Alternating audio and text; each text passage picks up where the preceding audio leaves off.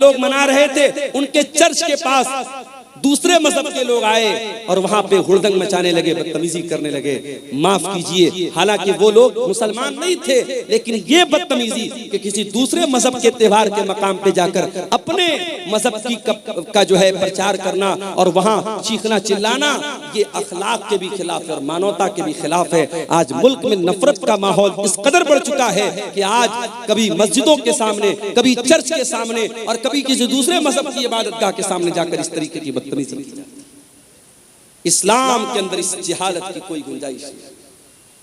इस्लाम जाहिलों का मजहब नहीं है, इस्लाम बदतमीजी का मजहब नहीं है, इस्लाम अखलाक का नाम है, इस्लाम किरदार का नाम है, इस्लाम कैरेक्टर का नाम है। मेरे प्यारे साथियों, जाहिल का जवाब भी आपको जहालत से नहीं देना है, गाली का जवाब भी आपको गाली से नहीं।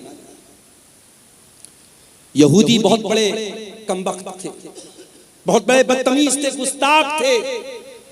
यहूदी अल्लाह के नबी के पास आते हैं, अस्सलामु अलैकुम कहते हैं, लेकिन जरा सी जबान को घुमा लेते हैं और अस्सलामु अलैकुम कहने के बजाय वो अस्सलामु अलैकुम कहते हैं। देखिए, अरबी जबान बड़ी रिच जुबान है, बहुत रिच लैंग्वेज। अस्सलामु अलैकुम की मीनिंग क्या है? तुम पर सलामती हो, तुम शांति से रहो, तुम समृद्धि से रहो, तुम खुश रहो। और अस्सलामु अलैकुम बोलो तुम मर जाओ। अरबी जबान इतनी रिच लैंग्वेज है कि एक लेटर खत्म हो गया, मीनिंग अपोजिट हो गई। अस्सलामु अलैकुम का मतलब तुम सलामत रहो और अस्सलामु अलैकुम मतलब तुम मर जाओ। यहूदियों ने अस्सलामु अलैकुम कहा, किसको? नबी। नबी ने सुन लिया। हजरत आयशा के कानों में यहूदियों के जुमले पड़ गए। जब यहूदियों ने अस्सलामु अलैकुम कहा, अम्मा आयशा को गुस्सा आया, उन्होंने फौरन जवाब दिया, वालैकुमुस्सलाम वल्लानतु। ऐ यहूदियों, तुम पर भी मौत आए, तुम पर भी अल्लाह की लानत आए, तुम मर जाओ। अल्लाह के नबी ने देखा हजरत आयशा बड़े गुस्से में, बड़े जोश में, बड़े जज्बात में, आपने फरमाया, महलन या आयशा, ऐ आयशा ठहर जाओ, रुक जाओ। इतने जज्बात में क्यों आ रही हो, इतने तैश में क्यों आ रही हो? इन्नल्लाह युहिब्बुर रिफ्क़ फिल अम्रि कुल्लिही। ऐ आयशा, अल्लाह ताला नरमी को पसंद करता है, अल्लाह ताला सख्ती को पसंद नहीं करता, अल्लाह तो नरमी वाला नरमी को पसंद करता है। हजरत आयशा ने कहा, अल्लाह के नबी, आपने देखा नहीं उन यहूदियों ने कितनी गंदी बात आपको कही? उन्होंने आपको अस्सलामु अलैकुम नहीं कहा, उन्होंने आपको अस्सलामु अलैकुम कहा। मैं कैसे गवारा कर लूं? मेरे नबी को मौत की बद्दुआ दी जाए, मेरे नबी को बुरा भला कहा जाए और मैं बर्दाश्त करूं। हजरत आयशा ने हमें और आपको एक सबक भी दिया।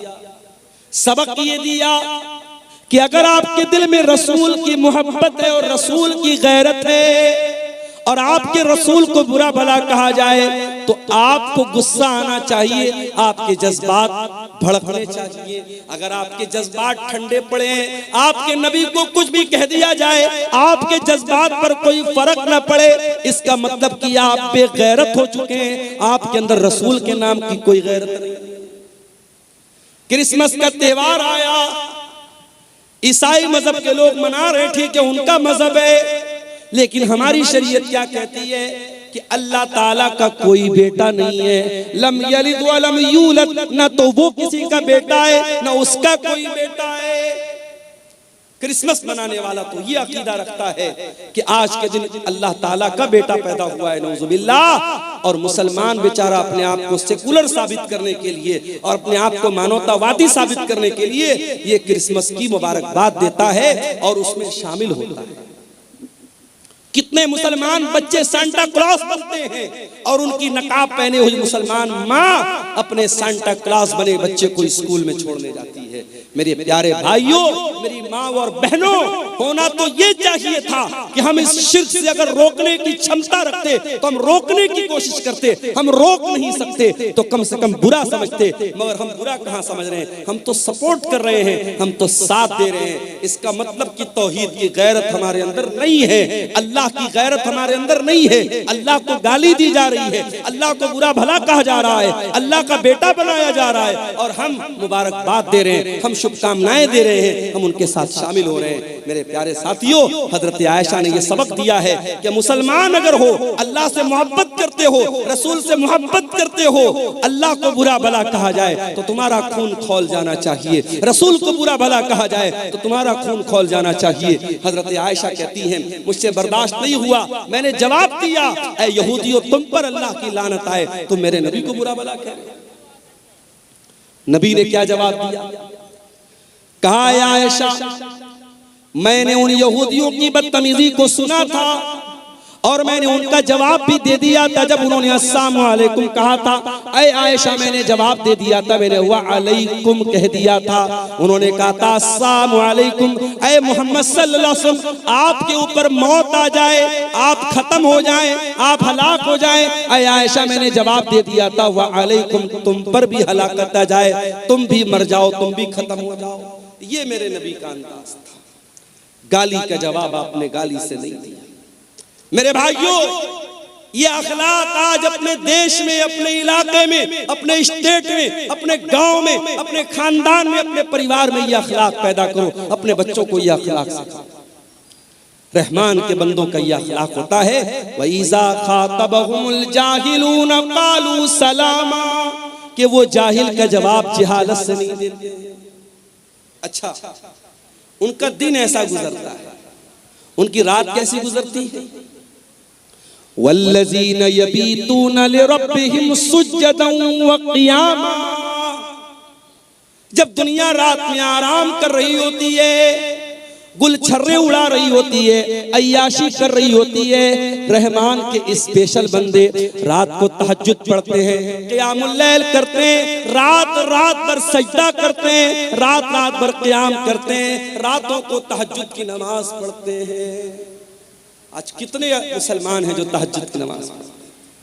अरे तहज्जुद छोड़ दो, संभल की बात करने वाले, बनारस की बात करने वाले और उन मस्जिदों की बात करने वाले जिन मस्जिदों पर दुश्मनों की निगाहें हैं, अपने गांव की मस्जिदों को पहले आबाद करो। तुम्हारे गांव की मस्जिद में फजर की नमाज में कितने लोग रहते हैं?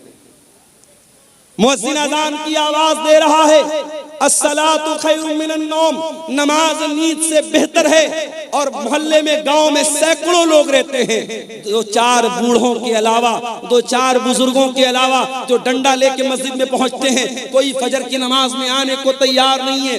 गोया हम ये साबित कर रहे हैं कि ऐ मुअज्जिन, तू कहता है नमाज नींद से बेहतर है, लेकिन मेरे नजदीक नींद बेहतर है, मैं नींद को छोड़ करके नमाज पढ़ने को तैयार नहीं। आज का मुसलमान 5 टाइम की नमाज पढ़ने को तैयार नहीं, और वो बेचारा बैठ करके तबसरा कर रहा है, हमारी मस्जिदें निशाने पर हैं, हमारी मस्जिदों पर दुश्मनों की गलत नजर है। अरे दुश्मन की गलत नजर बाद में है, पहले तूने अपनी मस्जिदों को वीरान किया। दिल्ली की जामा मस्जिद में अभी मेरे पास वीडियो आया, वहां इंस्टाग्राम की रील बन रही है, लड़का लड़की प्यार मोहब्बत की रील बना रहे। कहा?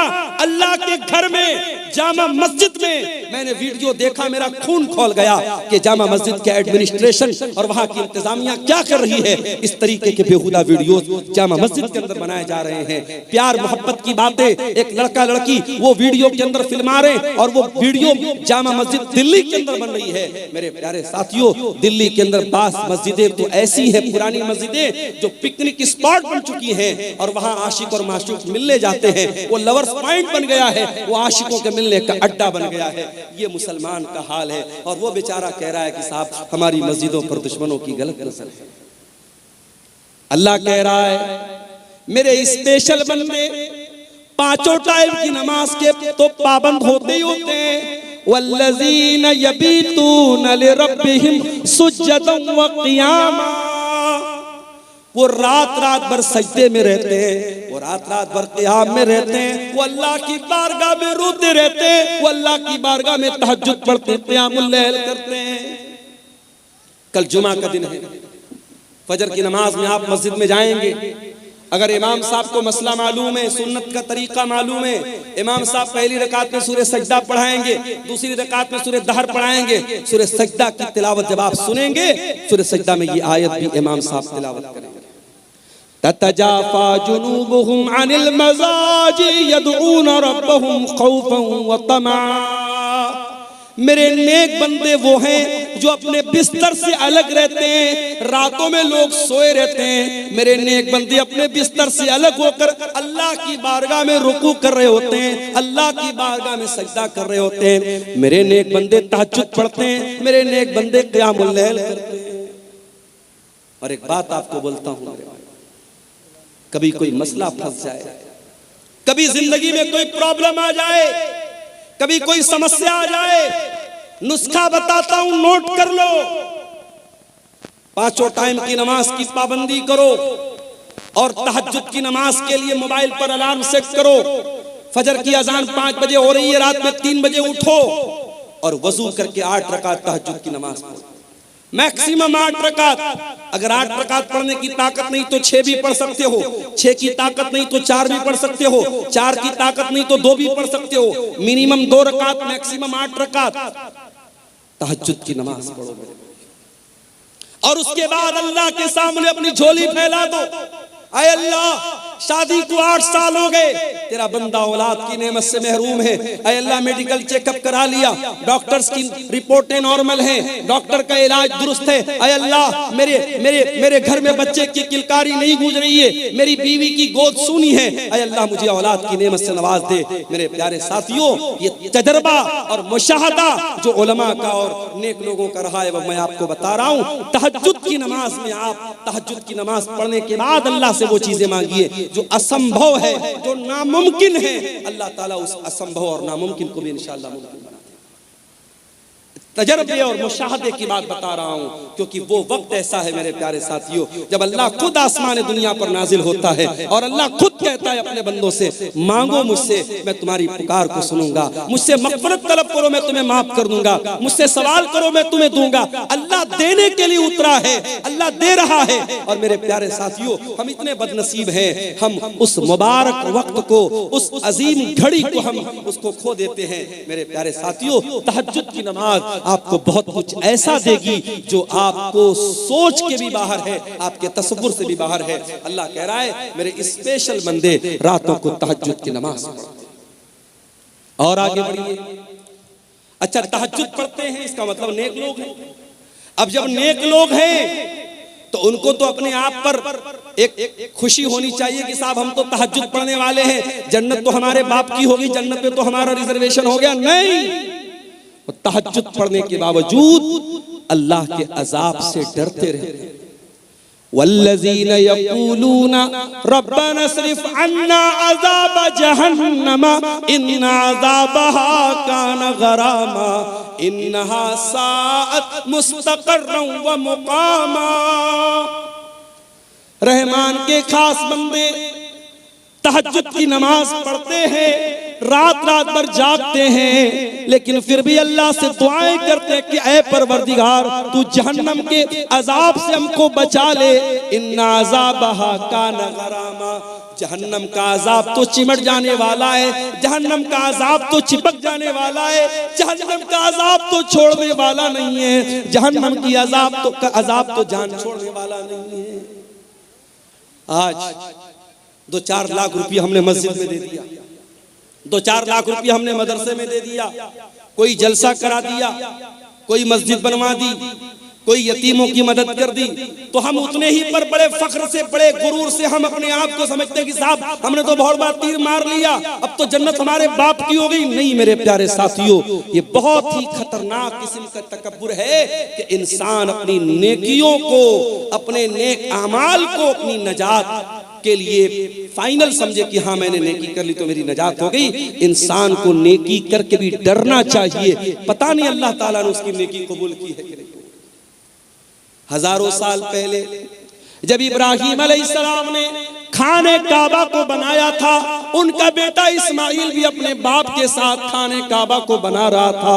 दोनों बाप बेटे खाने काबा को बना रहे थे और बाप बेटे क्या दुआ कर रहे थे, कुरान बाप बेटों की दुआ को बयान कर रहा है। व इज़ यरफ़उ इब्राहीमुल क़वाइद मिनल बैति व इस्माइल रब्बना तक़ब्बल मिन्ना इन्नका अंतस समीउल अलीम। ऐ परवरदिगार, इब्राहिम दुआ कर रहे हैं, उनका बेटा इस्माइल दुआ कर रहा है, ऐ परवरदिगार हम बनाने को तो खाने काबा बना रहे हैं, ऐ अल्लाह हम तेरा घर बना रहे हैं, हम मस्जिद बना रहे हैं, लेकिन ऐ अल्लाह हमको पता नहीं हमारा ये अमल कबूल होगा कि नहीं होगा। रब्बना तक़ब्बल मिन्ना इन्नका अंतस समीउल अलीम। ऐ अल्लाह तू हमारी इस नेकी को कबूल फरमा ले, तू दुआओं को सुनने वाला है, तू दिल का हाल जानने वाला है। नेकी के बाद इंसान को चिंता होनी चाहिए कि हमारी नेकी अल्लाह ताला के स्वीकार हुई कि नहीं हुई, अल्लाह ताला के कबूल हुई कि नहीं हुई। रहमान के बंदे तहज्जुद पढ़ते हैं और फिर भी दुआ करते हैं कि ऐ अल्लाह हमें जहन्नम के अजाब से बचा ले। इन्न अज़ाबहा कान गरामा, जहन्नम का अजाब इंसान को चिपक जाने वाला। गरामा का मतलब समझते हैं? अरबी जबान में जब कोई किसी से कर्जा लेता है तो जो कर्जा वसूलने के लिए आता है उसके लिए अरबी में गराम का लफ्ज इस्तेमाल होता है। जाहिर है कि अगर आपने किसी से कर्जा लिया है तो बार बार आपके घर पे आएगा, आपको छोड़ेगा नहीं आपसे जब तक पैसा नहीं ले लेगा। जहन्नम का अजाब भी गरामा है, जहन्नम का अजाब छोड़ने वाला नहीं है, जहन्नम का अजाब चिपक जाने वाला है, चिमट जाने वाला। अल्लाह ताला हम सब की हिफाजत फरमाए। इन्नहा साअत मुस्तक़र्रन व मुक़ामा, जहन्नम बड़ा ही बुरी जगह है, बड़ा ही बुरा ठिकाना है। और आगे बढ़िए, रहमान के बंदों का अखलाक आपने देख लिया, रहमान के बंदों की नमाज आपने देख ली, रहमान के बंदों की दुआ आपने देख ली। अब थोड़ा सा और आगे बढ़िए, अल्लाह फरमाता है वल्लज़ीना इज़ा अनफ़क़ू लम युसरिफ़ू व लम यक़तुरू व काना बैन ज़ालिका क़वामा। रहमान के बंदे जब खर्च करते हैं तो ना तो फजूल खर्ची करते हैं, ना बखीली करते हैं, वो बीच का रास्ता अपनाते हैं। वो ना तो कंजूस होते हैं, ना बखील होते हैं, और ना ही दौलत होने के बावजूद ना तो दौलत होने के बावजूद कंजूस होते हैं, ना दौलत का मिसयूज करते हैं, गलत इस्तेमाल करते हैं, ना फजूल खर्ची करते हैं, ना कंजूसी करते हैं। हमारे समाज में दोनों तरीके के लोग मौजूद हैं। बाज लोग इतने बड़े कंजूस हैं, बहुत पैसा है, लेकिन ढंग का कपड़ा भी नहीं पहनते। बीवी बेचारी तरसती रहती है कि अरे मुझे फला कपड़ा दिला दो, फला साड़ी दिला दो, फला सूट दिला दो, इसके बाद बहुत पैसा है, मगर नीयत इतनी खराब है, बीवी बेचारी वो रोती रहती है और ये बीवी कभी हक अदा नहीं करती। बच्चे तरस जाते हैं अच्छा खाना खाने के लिए, ये कंजूस अपनी दौलत को सजा सजा के रखता है, जमीनें खरीदता है, जायदाद खरीदता है। मेरे प्यारे साथियों, ये जमीनें, ये जायदादें आपके मरने के बाद ये दूसरों के हाथ लग जाएंगी। जब तक आप जिंदा हैं, अगर अल्लाह ताला पैसा दे रहा है, अपने शरीर पर भी खर्च करो, अपने जिस्म के ऊपर भी खर्च करो, अच्छा खाओ, अच्छा पहनो, बच्चों को अच्छा खिलाओ, अगर मौका मिले थोड़ा दुनिया भी घूमो, थोड़ा तफरी भी करो, थोड़ा अच्छी जगहों पर अपने बाल बच्चों को लेके जाओ। अगर अल्लाह ने दौलत दी है तो उम्रा भी कर लो, हज भी कर लो। मेरे प्यारे साथियों, ये जिंदगी कितने दिन साथ देगी हम नहीं जानते। हम नहीं जानते हैं कब कौन सी बीमारी आ जाए, हार्ट अटैक आ जाए, और कब इंसान मर जाए, हम नहीं जानते। मेरे प्यारे साथी, अभी 4-5 दिन पहले बनारस में मैं बाइक पर जा रहा था। बनारस में वो टैक्सी चलती है, बाइक वाली टैक्सी, उस पर मैं जा रहा था। एक गैर मुस्लिम नौजवान था, बाइक चला रहा था। मेरी आदत है बाइक पर बैठता हूँ जब इस तरीके की बाइक पर, तो पूछता हूँ जो चलाने वाला होता है कि भाई क्या नाम है, कहाँ के रहने वाले हो। तो उसने बताया बनारस के करीब का वो रहने वाला था। वो उसके खुशिये में, उसके पेशाब के मकाम पे जो खुशियतैन होते हैं, जो टेस्टिकल्स होते हैं, उसमें उसको कैंसर हो गया। सोचिए 20-25 बरस का नौजवान, टेस्टिकल्स में कैंसर हो गया है, और वो बेचारा इलाज कराने के लिए बनारस आया था, और अपने माँ बाप का अकेला बेटा था, घर में कोई कमाने वाला नहीं था। वो बेचारा कैंसर के मर्ज से जो 2-4 था, और वो बनारस में बाइक चला करके अपना इलाज का खर्चा निकालने की कोशिश कर रहा है, उसकी हालत देख करके मेरे भाइयों मुझे बड़ा तरस आया और मैं सोचने लगा कि सोचो ये इंसान जो इस कदर खतरनाक बीमारी में मुब्तला है, ये भी बेचारा बाइक चला रहा है सिर्फ इसलिए ताकि 4 पैसे आ जाएं और मेरे इलाज की में आसानी हो जाए। दुनिया में मेरे प्यारे साथियों इस तरीके के बहुत सारे लोग भरे पड़े हैं। कौन सी बीमारी, कौन सा एक्सीडेंट, कौन सा हादसा आ जाए और जिंदगी खत्म कर दे हम नहीं जानते। जब तक जिंदगी है, तंदुरुस्ती है, उसका सही इस्तेमाल करो। दौलत है, उसका सही इस्तेमाल करो। कंजूस भी मत बनो, बखील भी मत बनो। बीवी का हक अदा करो, बच्चों का हक अदा करो। अच्छा खाओ, अच्छा पहनो, अच्छे मकान में रहो, अल्लाह की नेमतों का फायदा उठाओ। और इसका यह मतलब भी नहीं है कि आपकी इस्तिताअत 10,000 का मोबाइल लेने की है लेकिन आप लोन पर और EMI पर आप लाख रुपए का आईफोन ले रहे हैं। ताकत 10,000 का मोबाइल लेने की है मगर लोन पर और EMI पर आप क्या ले रहे हैं? 1 लाख रुपए का आईफोन ले रहे हैं। ये मेरे प्यारे साथियों, जितनी बड़ी चादर हो इंसान को पैर उतना ही फैलाना चाहिए। न फजूल खर्ची करना इस्लाम में सही है, न बखीली करना इस्लाम में सही है। आज जलसा होता है, सोशल मीडिया पर जलसों के बारे में कितनी बातें होती हैं। खासतौर से सीमांचल के जलसों के बारे में लोग बोलते हैं बड़ी फजूल खर्ची होती है। कभी कोई इस पर क्यों नहीं चर्चा करता? ठीक है, जलसों में जो खराबियां हैं उसको हमें दूर करना चाहिए, इस पर भी तो चर्चा होनी चाहिए कि सीमांचल नहीं पूरे इंडिया में मुसलमान शादियों में कितना पैसा पानी की तरह बहाता है। उत्तर प्रदेश की 2 शादियां अभी हाल ही में करंट में मेरे सामने आई। सिद्धार्थनगर में शादी हुई, मुसलमान लड़का बारातियों पर पैसा लुटा रहा है और 20 लाख रुपया उसने बारातियों पर नोटों की गड्डियां उसने उड़ा दी। 20 लाख रुपया उसने पानी की तरह बहा दिया। मेरठ में एक शादी हुई और दूल्हे को ससुराल से 2.5 करोड़ रुपए मिलते हैं और दूल्हा अपनी साली को घड़ी पहनाने का जो तोहफा देता है, जिसको घड़ी की पहनाई बोलते हैं, वो तकरीबन 11 लाख रुपए देता है। मौलवी साहब को निकाह पढ़ाने का 11 लाख रुपया दिया जाता है। क्या ये इसराफ नहीं है? क्या ये फजूल खर्ची नहीं है? अपने नाम के लिए, अपनी शोहरत के लिए, अपने आप को प्रसिद्ध करने के लिए और मशहूर करने के लिए आज मुसलमान पैसा पानी की तरफ बहाता है। मेरे प्यारे साथियों, अल्लाह क्या इसका भी हिसाब देना पड़ेगा। पैसा कहां से आया और पैसा कहां खर्च किया। आप ये कह करके पल्ला नहीं झाड़ सकते मेरा पैसा था, मेरी मर्जी थी, मैं जहां चाहे खर्च करूं। नहीं, अल्लाह आपसे पूछेगा ये पैसा हमने तुझे दिया था, ये दौलत हमने तुझे दी थी, तुझे बताना पड़ेगा ये तूने पैसा कहां से आया और ये पैसा तूने कहां खर्च किया। वल्लज़ीना इज़ा अनफ़क़ू लम युस्रिफ़ू व लम यक़्तुरू व कान बैन ज़ालिका क़वामा। रहमान के खास बंदे जब पैसा खर्च करते हैं, जब दौलत खर्च करते हैं, ना फजूल खर्ची करते हैं, ना बखीली करते हैं, व कान बैन ज़ालिका क़वामा, वो बीच का रास्ता अपनाते हैं। और आगे वल्लज़ीना ला यदऊना मअल्लाहि इलाहन आखर वला यक़्तुलूना अन-नफ्सल्लती हर्रमल्लाहु इल्ला बिल-हक़्क़ि वला यज़नून। और रहमान के खास बंदे 3 बड़े बड़े पापों से अपने आप को बचाते हैं। 3 महापाप है इस्लाम में, 3 बड़े बड़े गुनाह है इस्लाम की नजर में। सुन लीजिए इसको। वल्लज़ीना ला यदऊना मअल्लाहि इलाहन आखर, रहमान के खास बंदे अल्लाह के साथ किसी को शरीक नहीं करते, वो शिरक नहीं करते। उनका हाथ अगर उठता है अल्लाह के सामने उठता है, वो सजदा करते हैं तो अल्लाह की बारगाह में सजदा करते हैं। वो किसी कब्र पे सजदा नहीं करते, किसी मजार पे सजदा नहीं करते, किसी पत्थर के बुत के आगे सजदा नहीं करते। वो लाल काले पीले धागों को मुश्किल कुशा नहीं समझते। आप क्या बोलिए? इसी कटिहार के इलाके में मैंने देखा अहले हदीस का घर है, शेरशाबादी का घर है, और घर में उसने क्या लगाया है? दुकान और मकान की खैर बरकत के। उस पे क्या लिखा हुआ है? कुछ गिनतियां लिखी हुई हैं, कुछ गिनतियां लिखी हुई हैं, और ये अकीदा रखा गया कि ये मेरे मकान में लगा रहेगा तो मेरे मकान में बरकत आएगी। ये उल्टी सीधी गिनती लिखने से तेरे मकान में बरकत नहीं आएगी। मकान में बरकत तेरे अमल से आएगी, तेरे ईमान से आएगी, तेरे कुरान पढ़ने से आएगी। कुरान की आयतों को तू लटका दे या गिनतियों को लटका दे, उससे तेरे घर में बरकत नहीं आएगी। मेरे भाइयों, बात कड़वी है मगर मैं सच्ची बात कहता हूं। आज हम अहले हदीसों को भी अपने अकीदे पर मेहनत करने की जरूरत है। आज हमारे जलसों में तौहीद पर तकरीरें बंद हो गई, अखलाक की बातें हो रही हैं, नमाज की बातें हो रही हैं, शराब से रोका जा रहा है, ज़िना से रोका जा रहा है, मगर दुनिया का सबसे बड़ा पाप क्या है, दुनिया का सबसे बड़ा गुनाह क्या है? शिर्क करना।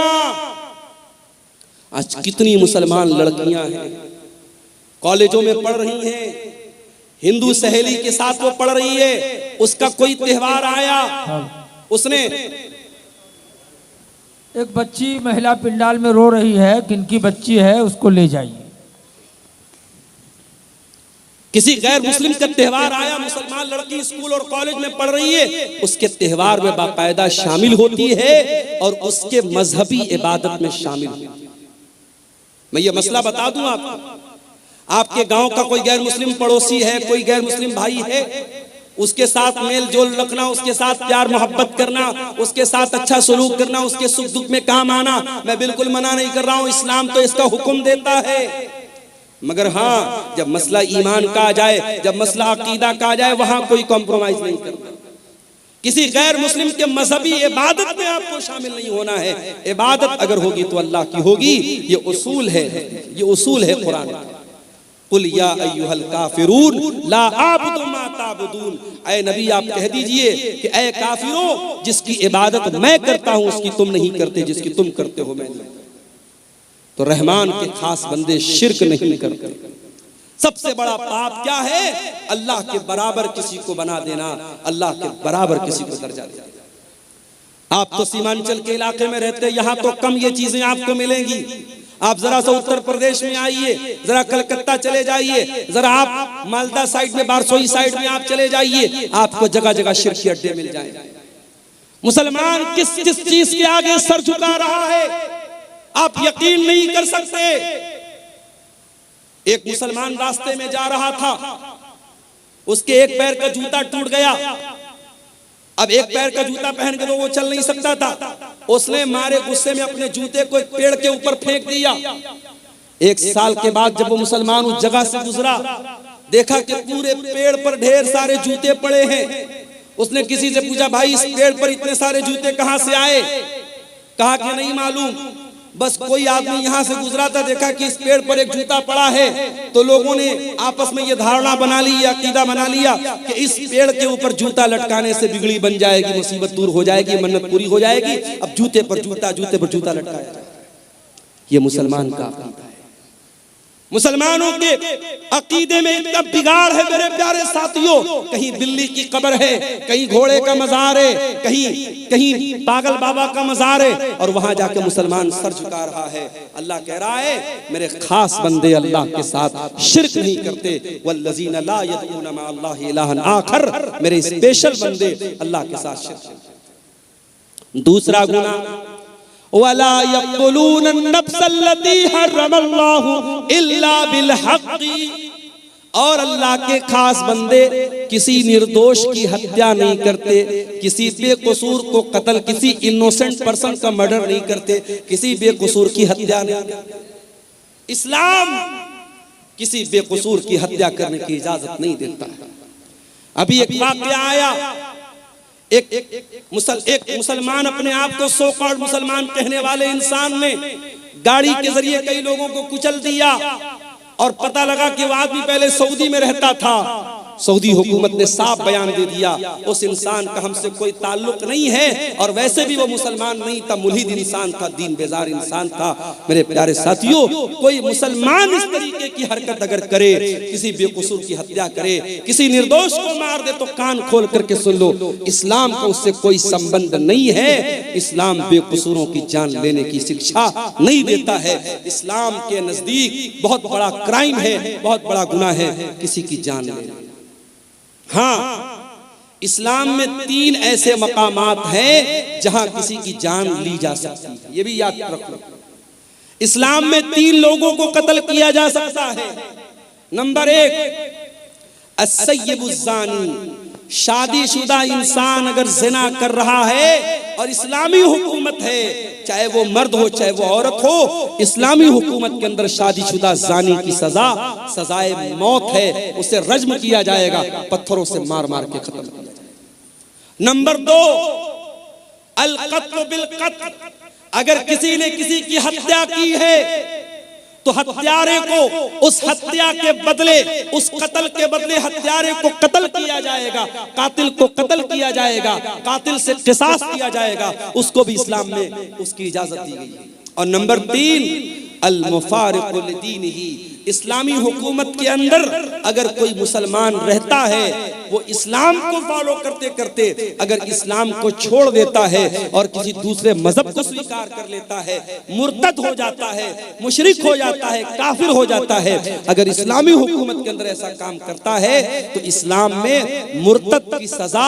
सजाए मौत है। इस्लाम ये कहता है अगर आप इस्लामी हुकूमत में रहते हैं, आप इस्लाम को छोड़ के किसी और मजहब पर अमल करते हैं, कोई मसला नहीं है, आप रह सकते हैं। लेकिन अगर आप इस्लाम को फॉलो करते हैं और इस्लामी हुकूमत के अंदर रहते हुए आप अगर मुर्तद होते हैं, अल्लाह के दीन को छोड़ करके कोई और दीन अपनाते हैं, तो फिर ये माफी के लायक जुर्म नहीं है, ये माफ करने के लायक अपराध नहीं है, और इस्लामी हुकूमत में उसकी सजा सजाए मौत है। ये 3 गुनाह ऐसे हैं जिन पर इस्लाम में कत्ल करने की इजाजत दी गई है। अल्लाह कह रहा है वला यक़तुलून नफ्सल्लती हर्रमल्लाहु इल्ला बिल हक़्क़ि, मेरे नेक बंदे वो हैं, मेरे स्पेशल बंदे वो हैं जो किसी निर्दोष की हत्या नहीं करते, वला यज़नून, और ज़िना नहीं करते। ये तीसरा बड़ा गुनाह है। ज़िना करना, बदकारी करना, शर्मगाह का गलत इस्तेमाल करना, ये ज़िनाकारी और बदकारी इस्लाम की नजर में तीसरा बड़ा गुनाह है। इसीलिए जब अल्लाह के नबी से पूछा गया, आए अल्लाह के नबी अय्युज़ ज़म्बि आज़मु इंदल्लाह, अल्लाह के नजदीक सबसे बड़ा गुनाह क्या है?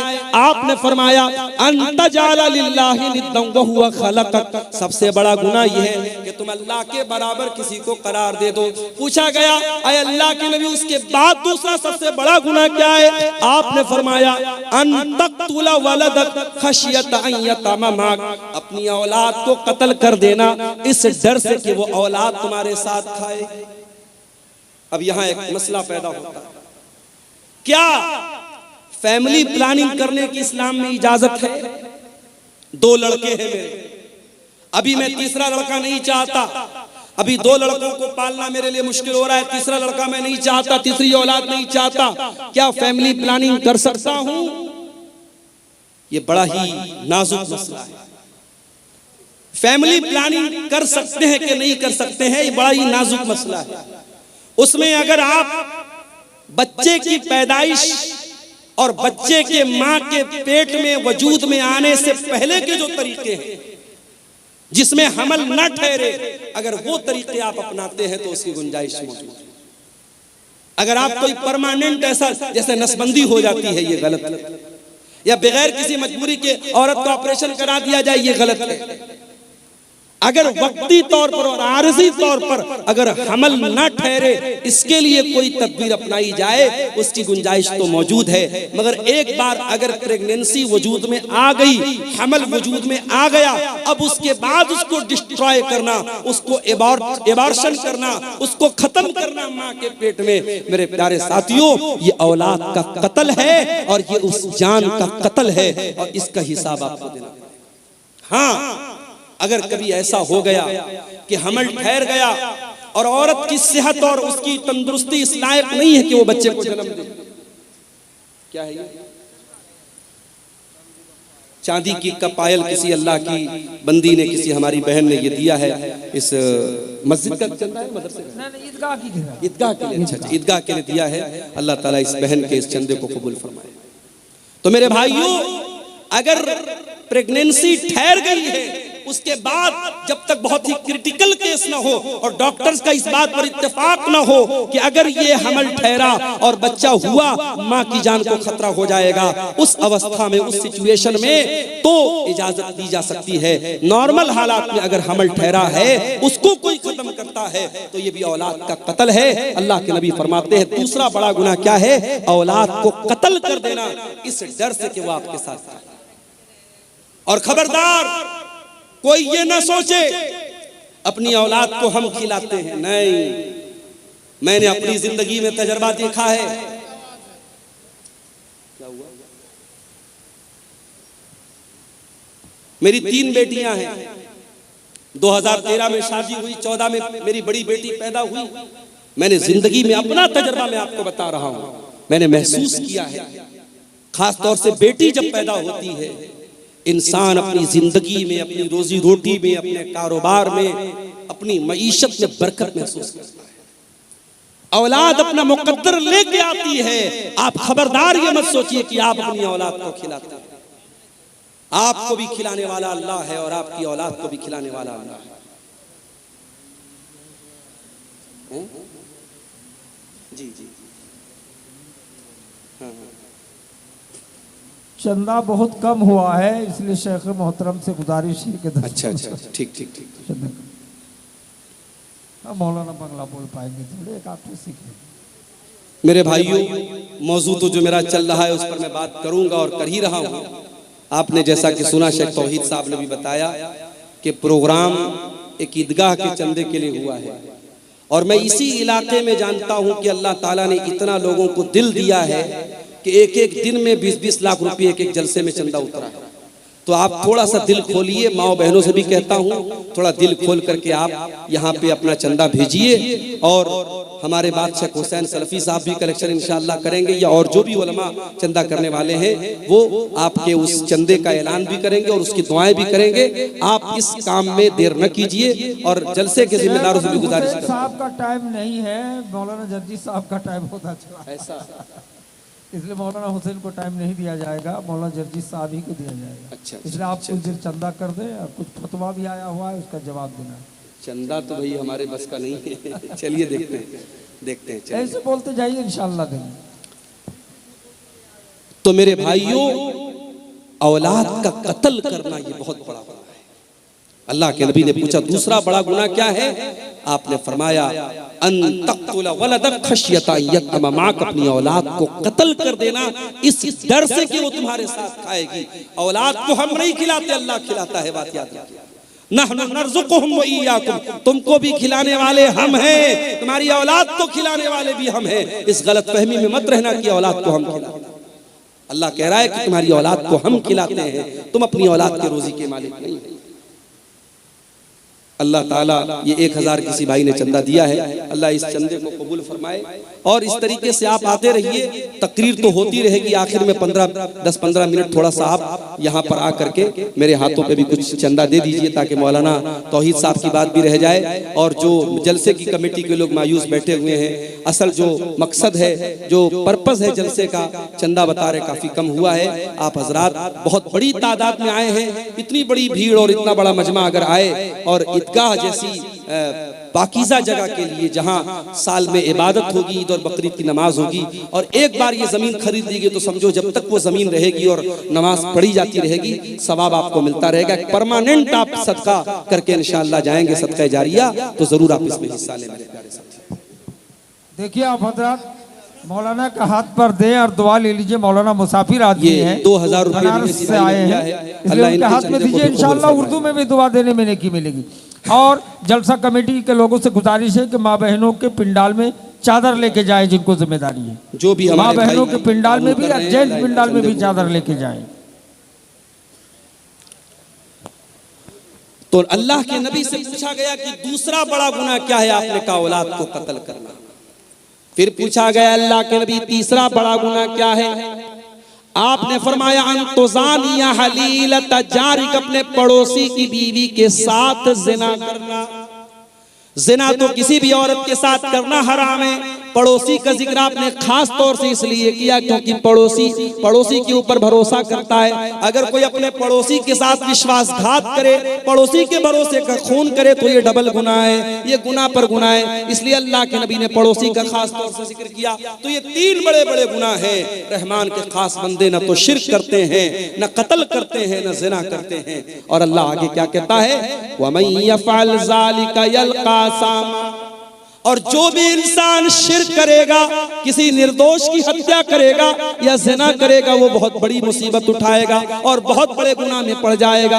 युज़ाफ़ लहुल अज़ाबु यौमल क़ियामति व यख़लुद फ़ीही मुहाना, और हमेशा वो जहन्नम की आग में जलता रहे। लेकिन हाँ, ज़िना करने वाला भी तौबा कर ले। दुनिया वाले कहते सुबह का भूला शाम को लौट जाए, तो भूला नहीं कहते। अल्लाह कह रहा है अगर जिना करने वाला, कत्ल करने वाला, शिर्क करने वाला भी सच्ची तौबा कर ले, मैं उसे स्वीकार करने को तैयार हूं, मैं उसे कबूल करने को तैयार हूं। इल्ला मन ताबा व आमना व अमिला अमलन सालिहा फउलाइका युबद्दिलुल्लाहु सय्यिआतिहिम हसनात व काना अल्लाहु गफूरर रहीमा। जो तौबा करेगा, जो ईमान लाएगा और जो नेक अमल करेगा, अब तक जितना गुनाह किया गुनाह कर लिया, अब तक जितना गलत काम किया कर लिया, अब तौबा कर लिया और ईमान के रास्ते पर आ गया और नेक अमल कर लिया, तो अल्लाह क्या कहता है, हम ऐसे लोगों के गुनाहों को नेकी में बदल देंगे। अब तक जितने क्राइम किए, जितने गुनाह किए, जितने पाप किए, हम उनके पापों को, उनके गुनाहों को माफ कर देंगे और उसको ट्रांसफर कर देंगे नेकियों में। मेरे प्यारे साथियों, तौबा का एक तरीका ये भी है, इंसान नमाजें पढ़े, सदका खैरात करे, अल्लाह की राह में अपनी दौलत और अपने माल को खर्च करे। अगर आपको ये महसूस होता है हाँ मुझसे जिंदगी में कुछ गुनाह हुए हैं, तो तौबा का तरीका एक ये भी है कि आप जिस तरीके से आज के इस प्रोग्राम में आपको मौका मिल रहा है कि आप ईदगाह की जमीन के लिए एक सदका जारिया आप दें, आप यहाँ पे आएं और अपना चंदा जरूर लिखवाएं और दें, ताकि अल्लाह ताला आपकी तौबा को कबूल करे। जो तौबा करेगा और नेक अमल करेगा और ईमान के रास्ते पर चलेगा, अल्लाह कह रहा है उसके गुनाहों को हम नेकियों में बदल देंगे। वमन ताबा व अमिला सालिहन फइन्नहु यतूबु इलल्लाहि मताबा।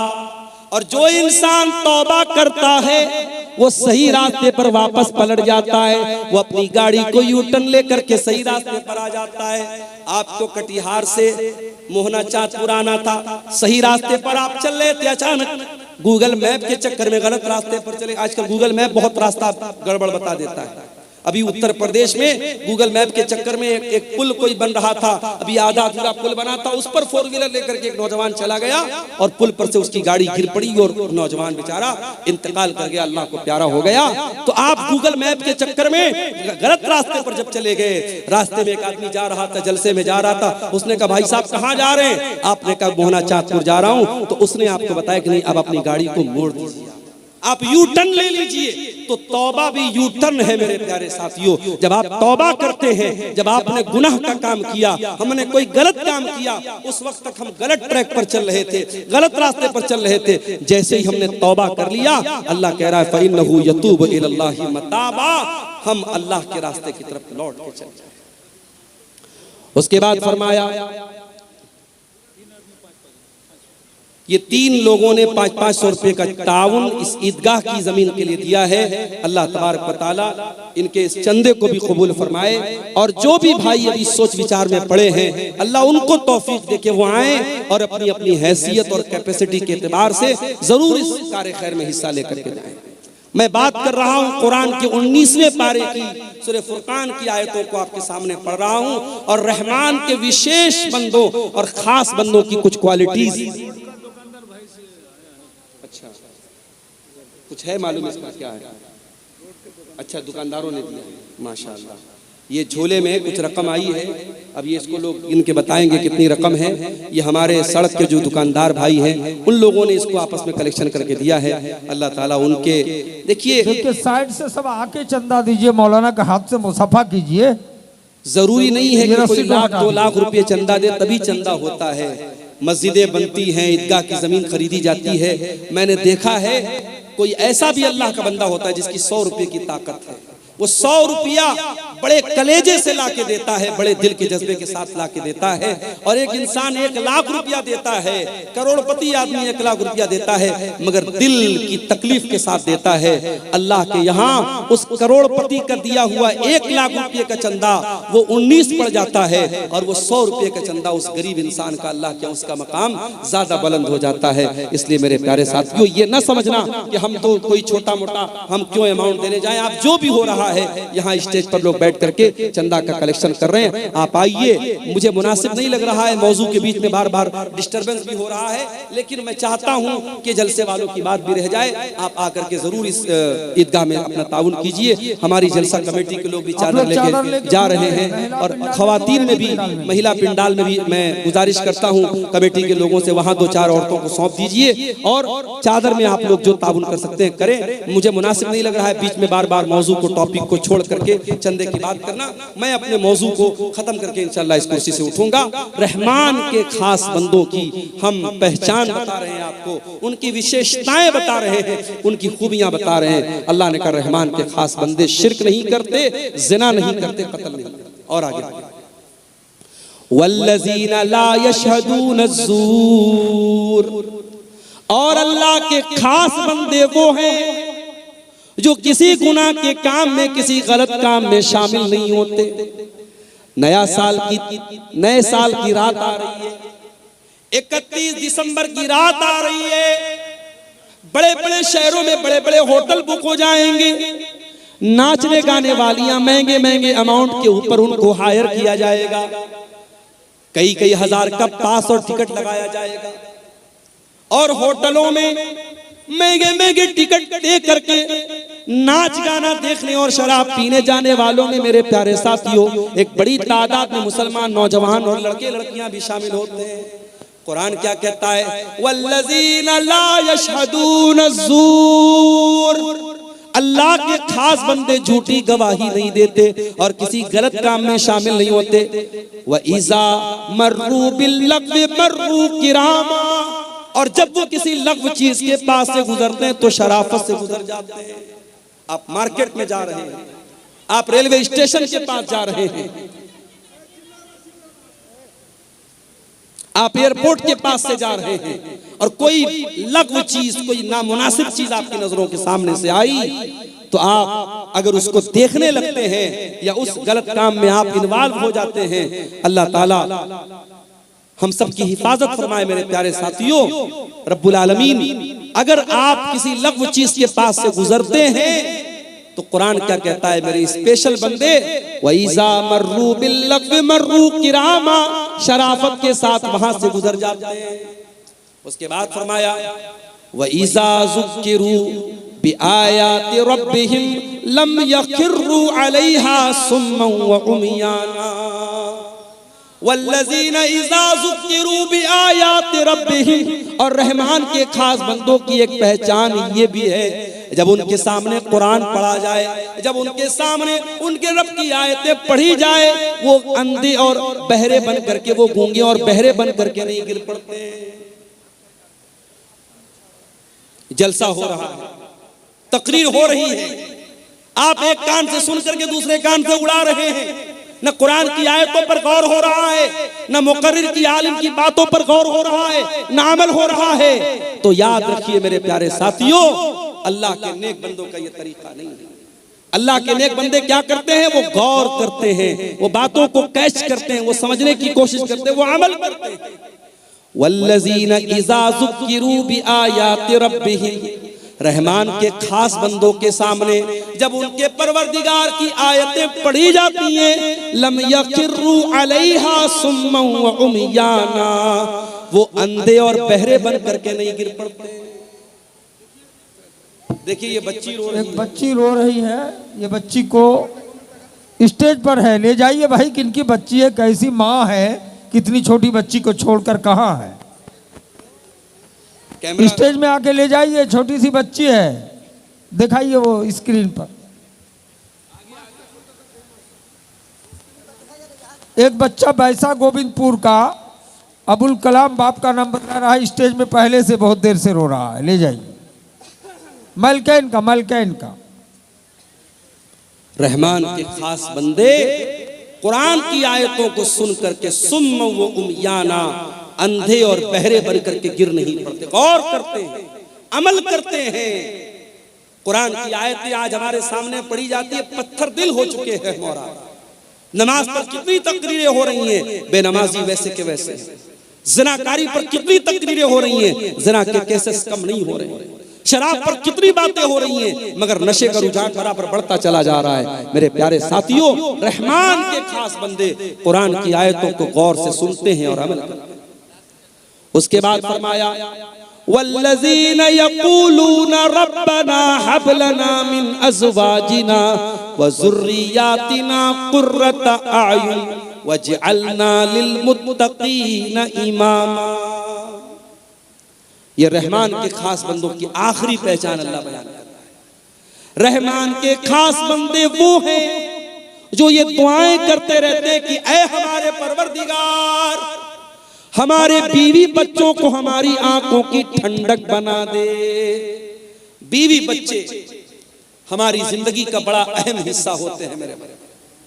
हम जब भी खुश होते हैं अपने बीवी बच्चों के साथ खुशी में शामिल होते हैं। हम किसी अच्छी जगह घूमने फिरने जाते हैं, अपने बीवी बच्चों को शामिल करते हैं। क्या अपने बीवी बच्चों को जहन्नम की आग से बचाने की चिंता हमारे दिल और दिमाग में पैदा नहीं होती मेरे भाइयों? देखिए, ये फिर किसी ने 1500 रुपए का ताउन पेश किया है और ये 100 रुपए का भी कुछ ताउन हमारे चंद नौजवानों ने पेश किया था। अल्लाह ताला इन तमाम चंदा देने वालों के चंदे को और दान देने वालों के दान को अल्लाह कबूल फरमाए। अल्लाह इनकी जायज मुरादों को पूरी फरमाए। ये सामने फोन पे का स्कैनर कोड भी, बार कोड भी लगा हुआ है, जगह जगह इन लोगों ने लगाया है स्टेज के बीच में। आप हजरात जो ऑनलाइन भी पेमेंट करना चाहें जरूर इस ईदगाह की जमीन के लिए करते हुए जाएं। तो रहमान के खास बंदे अपने बीवी बच्चों के लिए दुआ करते हैं।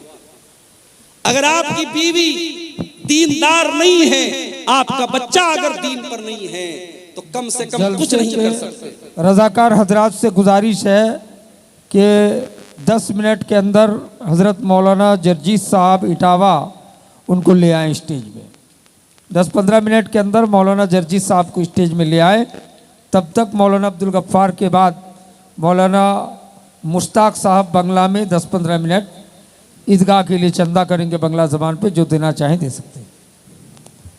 रहमान के खास बंदे अपने बीवी बच्चों की चिंता करते हैं। अपने बीवी बच्चों के कपड़े की चिंता तो हम सब करते हैं, बच्चों की दुनिया के फ्यूचर की चिंता तो हम सब करते हैं, लेकिन मेरे प्यारे साथियों, ये जमीन, ये जायदाद, ये रुपया, ये पैसा, ये जेवर, ये कपड़ा हमारे बीवी बच्चों की दुनिया में काम आएगा। अपने बच्चों की, अपने बीवी की आखिरत को बनाने के लिए आपने क्या किया?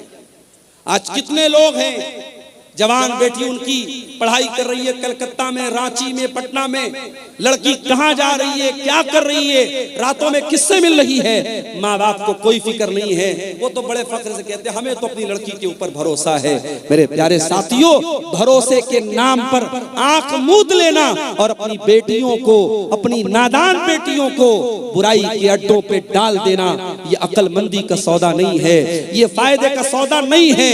अपने बच्चों के अकीदे की फिक्र करो, अपने बच्चों की आखिरत की फिक्र करो। अल्लाह कह रहा है, मेरे नेक बंदे दुआएं करते हैं, रब्बना हब लना मिन अज़वाजिना व ज़ुर्रिय्यातिना क़ुर्रता आयुन। ऐ परवरदिगार, हमारे बीवी बच्चों को हमारी आंखों की ठंडक बना दे, वजअलना लिलमुत्तक़ीना इमामा, और हमें तू मुत्तकियों का इमाम बना दे। मुत्तकी बनना कमाल नहीं है, मुत्तकियों का इमाम बनना कमाल है। ऐसे मुत्तकी बनो, पूरे गांव के लिए आइडियल बन जाओ, पूरे इलाके के लिए आइडियल बन जाओ। तुम्हारी फैमिली इतनी मुत्तकी बन जाए, तुम्हारी बीवी इतनी दीनदार हो, तुम्हारे बच्चे इतने दीनदार हो कि लोग मिसाल दे कि हाँ, दीनदार ऐसे लोग होते हैं, मुत्तकी ऐसे लोग। इतनी सारी क्वालिटीज जिनके अंदर पैदा हो जाएं, अब अल्लाह ताला रिवार्ड क्या देगा, बदला क्या देगा, इनाम क्या देगा, पुरस्कार क्या देगा, जरा सुनिए। उलाइका युजज़ौनल गुरफता बिमा सबरू व युलक़ौन फीहा तहियतन व सलामा।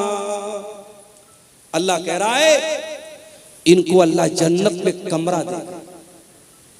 अल्लाह कह रहा है जन्नत में रूम देगा, कमरा देगा। अभी मुंबई का सफर करना है मुझे, मैं ऑनलाइन चेक कर रहा था कि ताज होटल में अगर एक दिन रात गुजारी जाए तो कितना अमाउंट आएगा। तो मैंने इंटरनेट पर चेक किया, बंबई का बहुत 5 स्टार होटल, बड़ा मशहूर होटल है ताज होटल, एक रात गुजारने का अमाउंट कितना आ रहा था? 50,000 रुपया। 50,000 रुपया एक रात का चार्ज है ताज होटल का, जो हमारे मुंबई शहर का बहुत 5 स्टार होटल है, बहुत बड़ा होटल है। लोग चाय पीने जाते हैं ताज होटल में, लोग बताते हैं 700-800 रुपए की एक चाय होती है। जब दुनिया के 5 स्टार होटलों की इतनी उनकी रौनक है कि एक एक रात का 50-50 हजार रुपया चार्ज लोग देते हैं और वहां रात गुजारते हैं, तो सोचो मेरे भाइयों, जन्नत तो हमारे तसव्वुर और हमारे इमेजिनेशन से कहीं ज्यादा खूबसूरत है। और जन्नत के कमरे कैसे होंगे, और जन्नत के महल कैसे होंगे, और जन्नत के खाना पीना कैसा होगा, हम तो तसव्वुर भी नहीं कर सकते। अल्लाह कह रहा है ये क्वालिटीज अगर आपके अंदर पैदा हो जाएं, उलाइका युजज़ौनल गुरफत बिमा सबरू, ऐसे नेक बंदों को उनके सब्र का फल मिलेगा, अल्लाह उनको जन्नत में दाखिल करेगा और जन्नत में फरिश्ते उनको सलाम करेंगे, फरिश्ते उनको सैल्यूट करेंगे, खालिदीन फीहा, और वो जन्नत में हमेशा रहेंगे। हसनत मुस्तक़र्रम व मुक़ामा, और जन्नत बहुत ही बेहतरीन ठिकाना है और बहुत ही बेहतरीन जगह है। मेरे अजीजों, ये चंद बातें मैंने आपके सामने सूरह फुरकान के हवाले से, कुरान के 19वें पारे के हवाले से आपके सामने रखी है। रहमान के खास बंदों की पहचान, मैं चाहता हूं कि ये जो पहचान अल्लाह ताला ने बयान की है, इन पहचान और इन विशेषताओं को हम सब भी अपना लें, ताकि अल्लाह ताला ने जो रिवार्ड दिया है, जो बदला दिया है, अल्लाह ताला उन नेक लोगों में हमको भी शामिल फरमा दे। मेरे भाइयों, ये जाते जाते जो भाई इस ईदगाह के लिए ताउन करके जा रहे हैं, अल्लाह ताला इन भाइयों के इस चंदे और ताउन को भी कबूल फरमाए। और मजीद जो भाई अब तक पीछे रहे हैं, माँ बहनों से भी गुजारिश करता हूँ, मौलाना जर्जीस साहब थोड़ी देर में आएंगे, उसके पहले पहले एक बेहतरीन तकरीर तो आप सुनेंगे, उसके पहले पहले जो भी आप इस ईदगाह के लिए आप चंदा दे सकते हैं, ताउन दे सकते हैं, वो जरूर करके जाएं। हम अल्लाह से दुआ करते हैं, रब्बुल आलमीन अपने खास बंदों में, अपने रहमान तू अपने विशेष बंदों में हमको भी शामिल फरमा दे, और जिन बुराइयों से वो बचते हैं तू हमें बचने की तौफीक अता फरमा, और जो नेक अमाल वो करते हैं वो नेक अमाल तू हमें सबको करने की तौफीक अता फरमा। ऐ अल्लाह, हमें तू जब तक दुनिया में हम जिंदा रहें नेक अमल करने की तौफीक अता फरमा। ऐ अल्लाह, हमारे जिन भाइयों ने आज ईदगाह की जमीन के लिए ताउन पेश किया है, करेंगे, ऐ अल्लाह तू उन सब की जायज मुरादों को पूरी फरमा दे। ऐ अल्लाह, जो मरहूम माँ बाप की तरफ से यहाँ ईदगाह की जमीन के लिए ताउन किया है, ऐ अल्लाह उनके चंदे को भी तो कबूल फरमा दे। ऐ अल्लाह, हमारी नेकियों में तू इखलास पैदा फरमा दे। ऐ अल्लाह, हमें जब तक तू दुनिया में जिंदा रख, इस्लाम पर जिंदा रख, और हम सब का खात्मा ईमान पर हो। आमीन व आखिर दावाना अनिल हम्दुलिल्लाहि रब्बिल आलमीन।